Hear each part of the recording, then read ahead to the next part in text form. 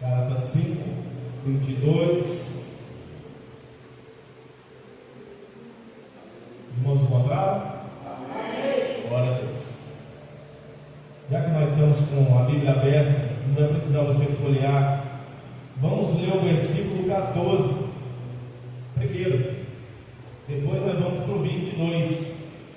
O 14 vai dizer assim: porque toda a lei se cumpre numa só palavra, nesta: amarás o teu próximo como a ti mesmo. Glória a Deus. Agora o 22. E eu vou pedir para toda a igreja ler junto. Todos nós vamos ler juntos. 1, 2, 3.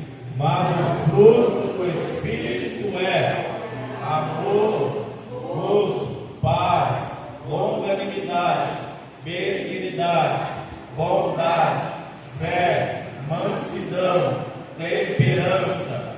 Contra essas coisas não há lei. Hein?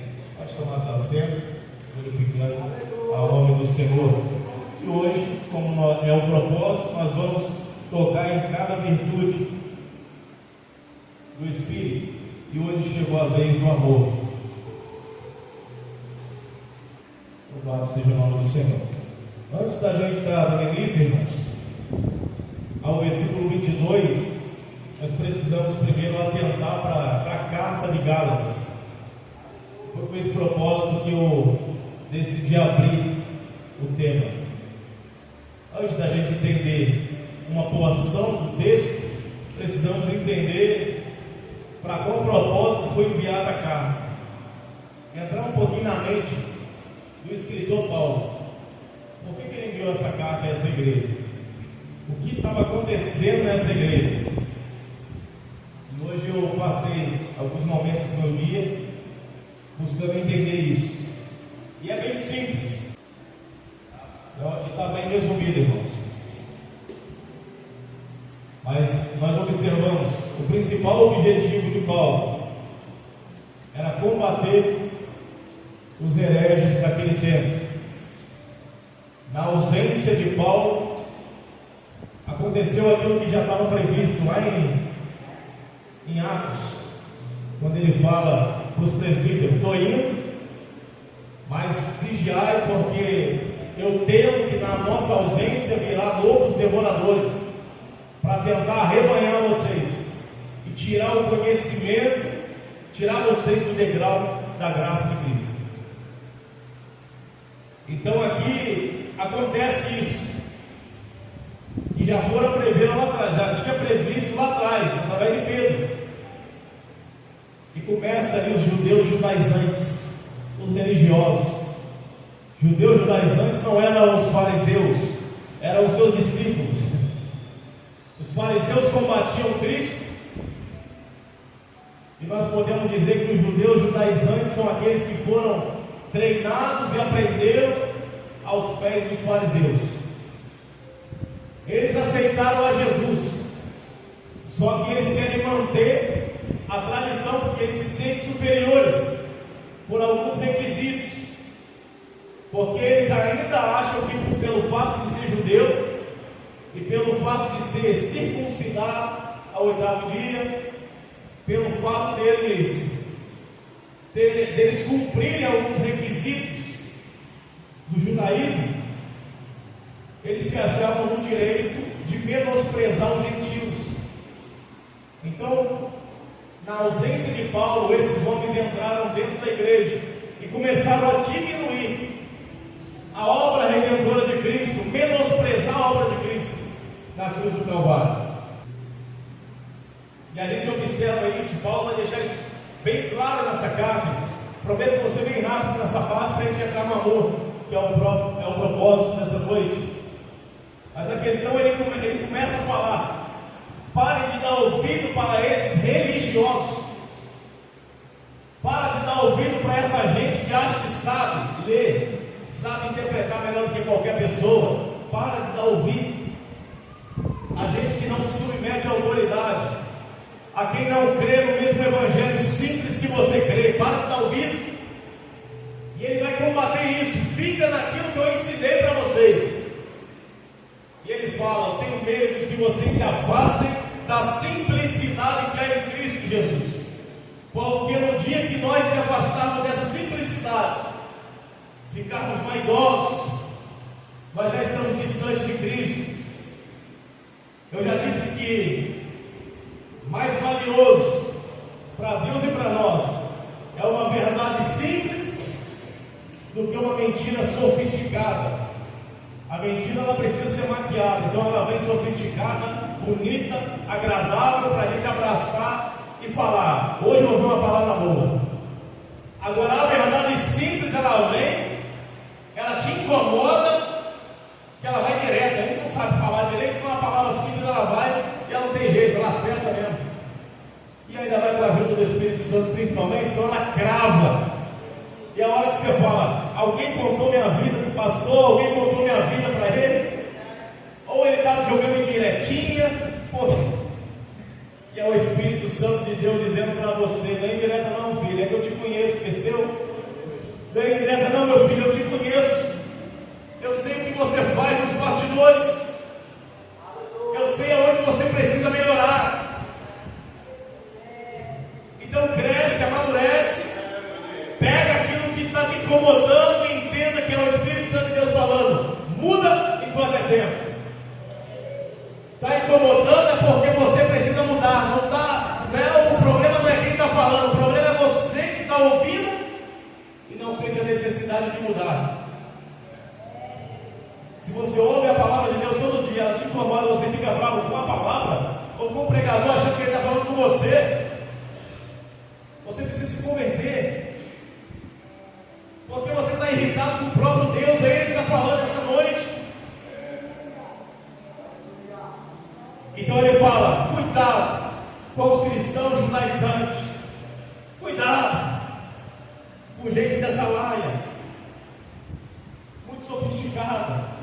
Procura os irmãos, as irmãzinhas do corpo, as irmãzinhas simples da consagração. Procura os irmãos que sabem ler Bíblia, mas sabem dobrar os joelhos, se prostrar e pedir: Pai, até aqui eu sei que eu posso ir, mas eu preciso da tua graça para transmitir. Porque senão é só palavras vazias. Então Paulo ele fala: por causa desses judeus aí que vocês estão ouvindo, por causa desses judeus aí que vocês estão ouvindo, é que Tito teve que ser circuncidado, porque senão ele era morto. Porque eles alarmaram, fizeram um alarme no meio dos judeus, dos fariseus, do templo, e ele teve que ser circuncidado à pressa, senão ele era morto. Por causa deles. Porque depois ele vai falar assim: a necessidade da circuncisão, não.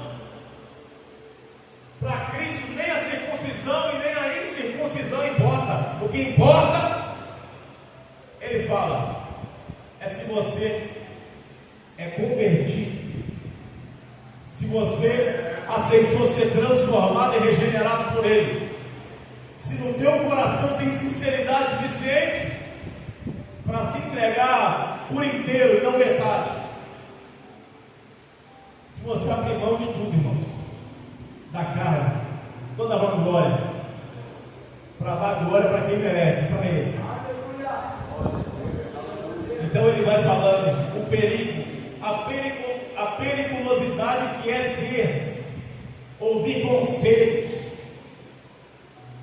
de cristãos judaizantes. Toma cuidado. Ore antes de pedir conselho. Ore, pelo menos, irmãos. E sinta o Espírito Santo de Deus falar com você e confirmar se é para você pedir ou não para aquela pessoa ou outra. E Deus vai te apontar e te direcionar alguém que possa te ajudar, te aconselhar. Tem pessoas por causa de um conselho, porque acha que negligencia essa área, fala assim: conselho pode ser qualquer um, basta ter conhecimento. E não, tem que ter sabedoria e vir do alto ainda. Então tem que orar e tem que pedir a Deus.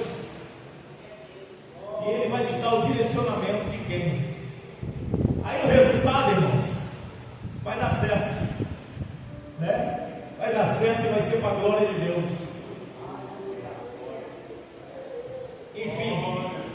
E ele vai demonstrando isso, e a carta de Gálatas, ela vai falar sobre a ineficácia da lei, e os judeus estavam levantando: vocês têm que servir a lei.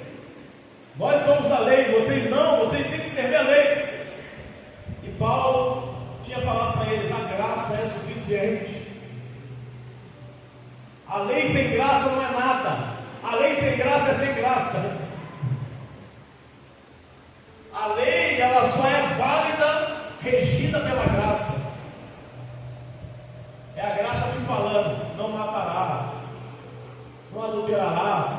É a graça te regendo. Você pode até fazer isso, mas no final eu te encontro, está lotado, você vai pagar a conta. É a graça falando isso, porque a lei matava na hora, mas a graça anota e deixa no final, está na conta. Está lá, e depois debita no final. Não tem pressa. E Paulo vai mostrando a suficiência de Cristo. Fala: vocês ouvindo esses judeus, retornando aos rudimentos antigos, vocês estão tornando a salvação, o sacrifício vicário de Cristo na cruz, em vão. Debalde. Foi em vão o sacrifício? E é o que ele vai mostrar para aquele povo. Ele fala: então, pelo amor de Deus, para, eu sei, eles falam bem, eu sei, eles são estudados. E Paulo vai falar para eles assim: eu sei, eu também fui circuncidado, e na minha idade, na idade deles, eu era melhor do que eles, eu era superior em conhecimento, também circuncidado no 8º dia, mas refutei tudo isso como esterco, quando conheci verdadeiramente o Filho de Deus, e o sacrifício de Cristo fez por mim. Entendi que isso tudo não é nada, era só para me guiar até Deus. Agora eu já cheguei, estou em Cristo, acabou. Tem coisa que serviu apenas para te conduzir até aqui. Agora, irmão, abandona, deixa para trás.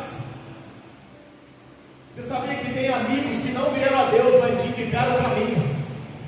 Não vieram a Deus, mas te indicaram o caminho. Você está aqui, mas agora você não pode mais ficar na casa. Você não pode viver nas mesmas rodinhas, porque senão você volta nos rudimentos antigos. Então Paulo agora chegamos em Gálatas 5, ele vai falar assim, irmãos. Ele vai falar: irmãos, valorizem a liberdade que vocês receberam de Deus. Não vos metei debaixo novamente do jugo da lei.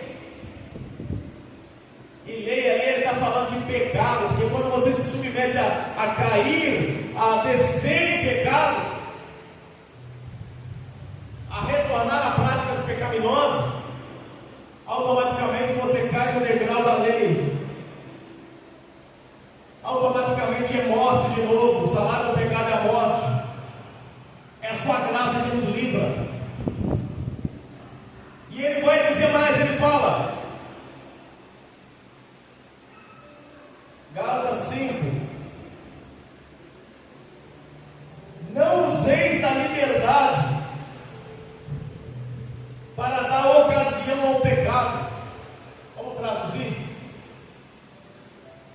Não useis da graça, porque a graça é liberdade, para dar ocasião ao pecado, porque a graça dá uma sensação de impenitência. A graça, enquanto a lei era barulhenta, a graça é silenciosa, mas é suficiente. Ela é tão silenciosa que parece às vezes que nem está ali, mas ela está ali com o caderninho na mão, com a plancheta e com a caneta, dizendo: não peca, mas se pecar, a lei naquele dia vai cobrar. Louvado seja o nome do Senhor. Eu peço toda atenção, irmãos, porque o texto que nós estamos abordando, essa é a parte introdutória, é a parte mais complicada. Depois eu creio que vai ficar mais fácil. É só o pano de fundo. E ele vai falar: não useis dessa liberdade para dar ocasião ao pecado. Porque no dia que vocês usarem essa liberdade para pecar, porque ninguém está vendo, porque eu não vou morrer, porque eu não vou ser apedrejado, porque eu não vou ser chicoteado, chacoteado, não vou ser, então não tem problema. Depois eu peço perdão e está resolvido. É mentira do diabo, irmãos. Pecado na vida de crente, eu não deixo de dizer isso. Depois da graça, depois da conversão, ele tem que ser acidental. E quando ele acontecer, ele vai gerar tristeza. Como diz Paulo, a tristeza segundo Deus opera o arrependimento. É a tristeza segundo Deus. Então o cristão, quando pega assim, acidentalmente ele chora. Ele fala: meu Deus, por que eu fiz isso? Por que eu fui por esse caminho? Ele se lamenta, se arrepende, Deus perdoa. Mas não pode ser um planejamento de vida, irmãos, porque nós já fomos libertos. Eu não posso pensar e tentar anotar: tal hora eu vou pecar, eu vou comprar, eu vou alugar. Não pode, irmãos, porque você já é liberto. Então não se submeta a se lançar novamente debaixo desse jugo pesado que é o jugo da lei. Deus te libertou dela, mas você pode retornar para lá. Eu digo: a lei é válida para quem cai. A lei é válida para quem despreza a graça. Jesus falou: eu não vim para abolir, eu não vim, mas para cumprir. E hora ou outra ele fala de novo. Ele fala: ó, a lei lá, ó. Eu vou dar um resumo da lei para vocês. E ele fala: ama ao Senhor teu Deus de todo o teu coração, de todo o teu entendimento, com todas as tuas forças, e ama o teu próximo como a ti mesmo. Nisso se resume a lei e os profetas. O que deixou de existir são as cerimônias, as leis cerimoniais, ritualísticas. Passou, irmão, porque Cristo morreu na cruz, tudo era para apontar para ele, ele chegou, acabou. Mas as leis, irmãos, morais, ele continua citando para nos direcionar, para nos mostrar: não vai por essa via, que isso aqui é ainda errado, isso aqui ainda leva ao inferno. Chegamos no amor cumprido, né, irmãos? É a introdução, mas é cumprida. Mas enfim, chegamos. Gálatas 5, não me demoro. Geralmente o que mais demora é a introdução. Desenvolvimento é rápido. Gálatas 5:22. Ele vai dizer: mas o fruto do Espírito, e não da carne, é amor. Que amor é esse que nos assemelha a Cristo?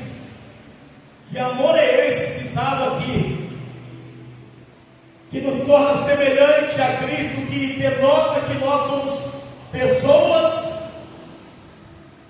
cujo o habitante dentro de nós é o Espírito Santo? Que amor é esse? No original, ágape, é o amor de um pai para com o filho. É o amor que te torna pai, até daqueles que não são seus filhos. Você adota até inimigo.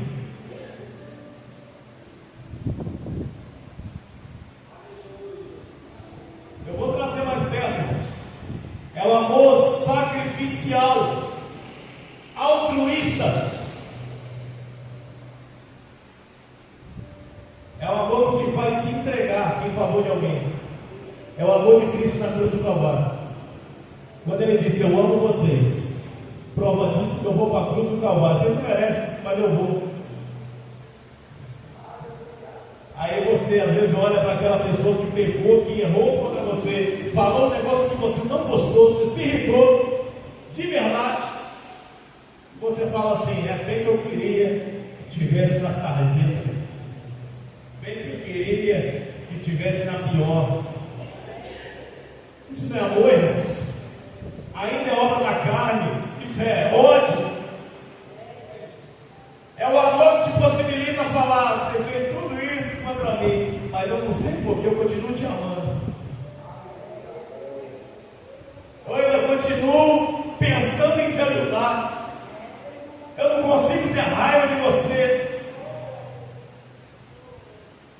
Você puxou meu tapete esses dias, mas eu não puxo o teu, mesmo que ele esteja na minha mão, esteja fácil. Não puxo. Porque é o amor que te faz se colocar, irmãos,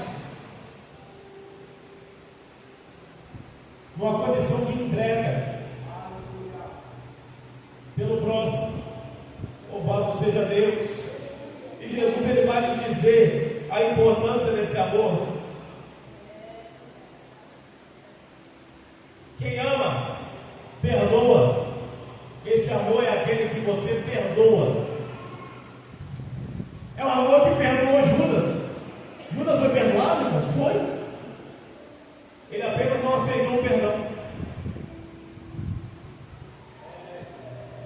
Porque a maioria das pessoas vão para o inferno, estão indo para o inferno e irão para o inferno. Não é porque Deus não perdoou, Deus perdoou todos. Ele disse: Pai, perdoa-lhes, porque eles não sabem o que fazem. Esse perdão abrangeu a todos. Ele fala lá em Romanos 5: Cristo, quando nós ainda éramos ímpios que praticávamos ainda impiedade, morreu por nós. Quando nós ainda éramos ímpios. Tito, capítulo 3, versículo 2, que fala em memória, ele vai falar que essa graça que fez com que Cristo padecesse, para que todos fossem salvos. Todos. Olha o amor. É o amor que chega Jesus até Judas e fala: traído com um beijo, amigo. Como amigo? Amigo que trai? Eu estou traindo. Mas não deixa de ser meu amigo. Isso diz respeito a você, Judas, não a mim. O grande problema nosso é que nós queremos ser inimigos.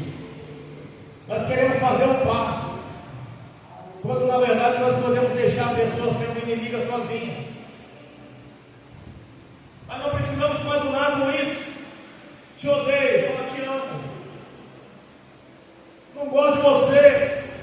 Estou de joelho dobrado com você e um dia você vai gostar. Fala: eu não oro por você, mas eu oro. Eu não tenho vontade nem de chegar perto de você, mas eu tenho vontade de ficar perto de você. Eu te quero mal, eu te quero bem. É esse o amor. Amor que perdoa. Cristão que não perdoa, não adianta. Está lá na Bíblia. Não tem salvação, irmãos. Porque ele vai dizer: se você não perdoar, só tem um requisito, irmãos, que pode nos fazer perder a salvação. 2, aliás. Se você não perdoar ou pedir perdão, é necessário, ou a blasfêmia contra o Espírito Santo. É 2 pecados capitais, irmãos. Pecou, nós corremos para a morte. Enquanto você não perdoa, não adianta tentar direcionar para cima, pedir a Deus resposta, pedir a Deus ajuda, pedir a Deus: me limpa, me santifica, porque Deus vai falar: meu filho, seu problema está aí, resolve. Enquanto você não pedir perdão para o teu pai, quando você não perdoar quem te causou essa ferida, eu não te perdoo. Aí você fala: Deus, mas o Senhor sabe mais do que qualquer pessoa o que ele fez, o que ela fez. É um pecado imperdoável. Aí imagina Deus olhando para você, falando assim: você acha que os soldados, os algozes, você acha que os fariseus, você acha que Judas, você acha que Pedro merecia o perdão? conheceu a morte. Negou 3 vezes, foi nenhuma, 3.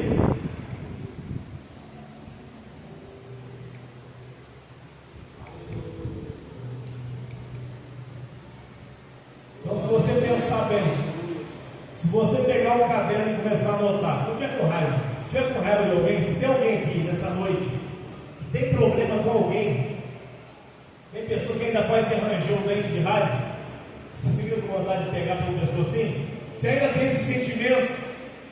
Quando você tiver com essa vontade, pega um caderno e começa a traçar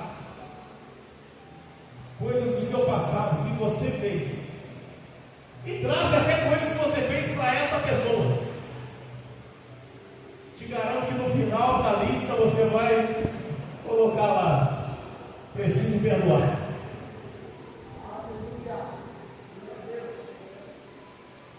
Louvado seja o nome do Senhor. Então, amor sacrificial é esse. É um amor que entende. É um amor que sobrepõe a tudo. Eu anotei algumas referências aqui que os irmãos podem ler depois. Olha Jesus mostrando que amor é esse. Se tem dúvida, Mateus 5,44. Ele fala: não é amar o amigo. O amigo você deve amar. Amai a vossos inimigos. Bendizei ao que vos maldizem.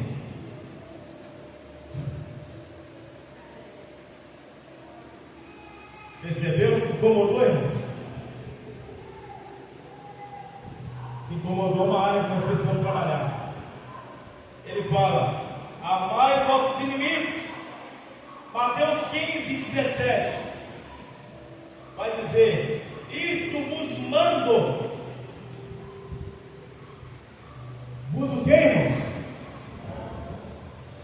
Está no imperativo, é uma ordem. É uma ordem. E ordem de Cristo nós não podemos negar, nem negligenciar, tem que atender na hora. Olha o que ele manda: que vos ameis uns aos outros. Ele não falou que ameis só os bonzinhos, que ameis só os filhos, só a mãe, só o pai, só a parentela, que ameis uns aos outros. Aí poderia fazer uma emenda. Mateus 5,44. Amém também os vossos inimigos. Esse é o amor que denota que Cristo habita em mim. 1 Pedro: amai-vos ardentemente. Romanos: amai-vos cordialmente. Uma palavra que a etimologia mostra que é uma junção cardia, mostrando que nós devemos amar de todo o coração, com sentimento. Mas uma coisa que eu preciso deixar bem claro para os irmãos antes da gente encerrar é que esse amor não é romântico. Não é um amor romântico. Não é aquele amor que a gente viu, aquele amor de marido para a esposa, aquele amor de namorado, né? Que a gente fala: eu te amo. Não é esse amor, não, irmãos. É um amor mais aqui, na consciência. É um amor, irmãos, com a razão. Amo porque sei que devo amar. Se eu amo, então devo ter a atitude de quem ama. Vou ajudar, vou fazer o possível para levantar, vou fazer a minha parte, vou fazer para ele o que eu queria que fizesse para comigo. Esse amor. Louvado seja o nome do Senhor. Então esse é o amor. Versículo 23 vai dizer o que? De Gálatas assim: contra essas coisas não há lei. Então, irmãos, se você tem dúvida da importância desse propósito que nós estamos fazendo,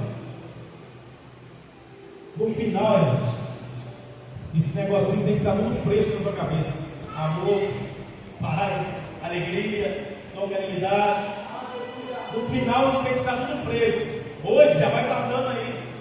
Se não trouxe caderno hoje, eu já estou gravando, não é com propósito de aparecer, não, irmão.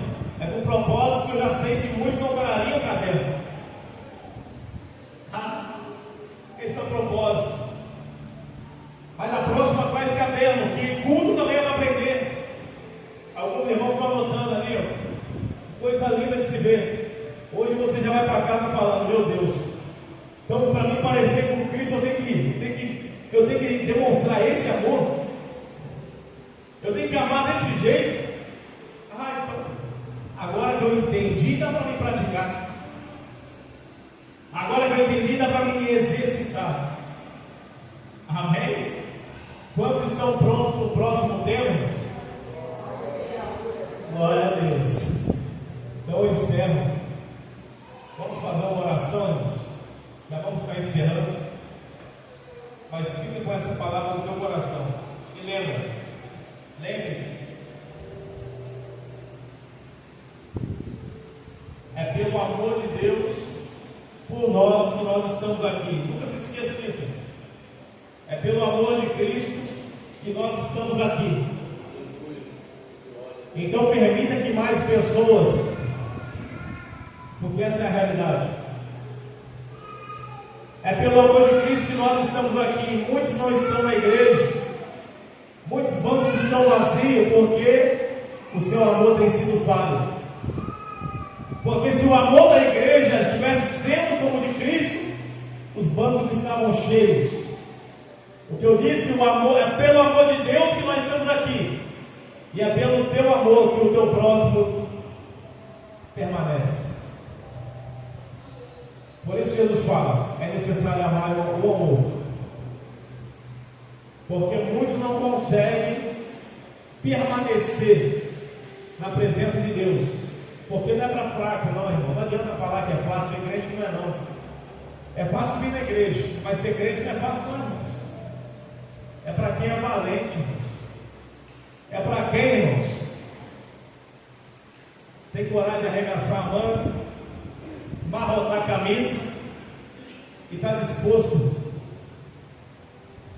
a fazer o que for necessário para poder alcançar a salvação. A salvação é ganhar na força. Então hoje você já tem a possibilidade, você já tem um objetivo em mente. Preciso amar como Cristo amou. Leve isso para casa. Não pense você que eu consigo aplicar sempre isso.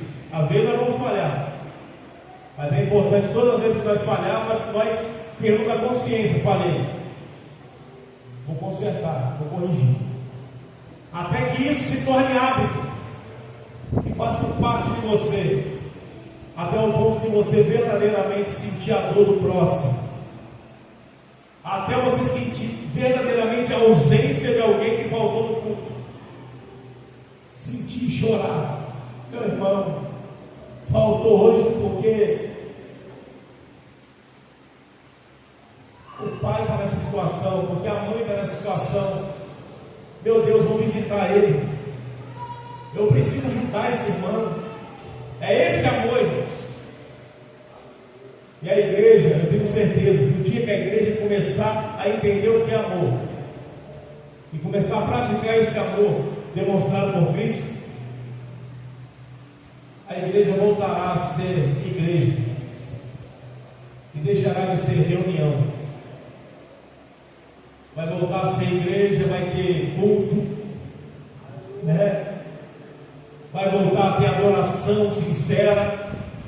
Eu não estou dizendo que não tem, mas de forma isolada. Um ou outro no culto consegue alcançar, entrar na presença de Deus. Não são todos. Eu estou falando para que todos entrem no culto, para que todos entrem na presença de Deus novamente. É necessário corrigir